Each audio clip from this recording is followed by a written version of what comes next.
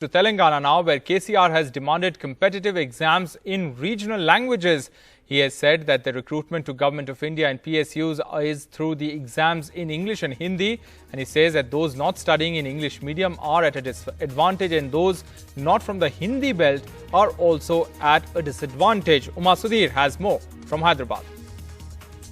In all the non-Hindi states, certainly this would be something that would be having a lot of resonance and not without merit either, because the Chief Minister is arguing for equal opportunity and fair opportunity for all candidates belonging to non-Hindi states, non-Hindi belt, and also those who have not passed through the English medium. But yes, it needs to be seen in the larger context of the politics that's also happening, because while KCR is articulating on behalf of all those who are aspiring to be part of public sector units or banks or even the central government recruitment through UPSC or SSC or Railway Recruitment Board, he's also been talking about conducting a conclave in the second week of December, where he is bringing together the non-BJP, non-Congress fronts against the centre. And as we all know, the BJP is largely seen as a Hindi belt party, and this is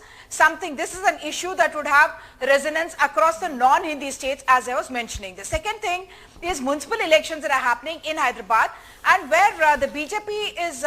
suddenly looking at itself as a major player, or at least wants to emerge as a major player, and therefore has deputed even central kind of leadership to monitor and strategize here in Hyderabad. And the TRS here has in fact mentioned its support to PSUs and to against the disinvestment of the PSUs in a GHMC election preparatory meeting. You must note the timing to understand that this is obviously very election oriented, and it has immediately borne fruit. He has told these PSUs also that he will support them against the disinvestment that the central government wants to carry out, whether it's in an LIC or in the railways or any of the other agencies. And Hyderabad does have a large number of PSUs, and already has got benefit in the sense that many of these unions have now said that they are going to support the TRS in these municipal elections. Back to you.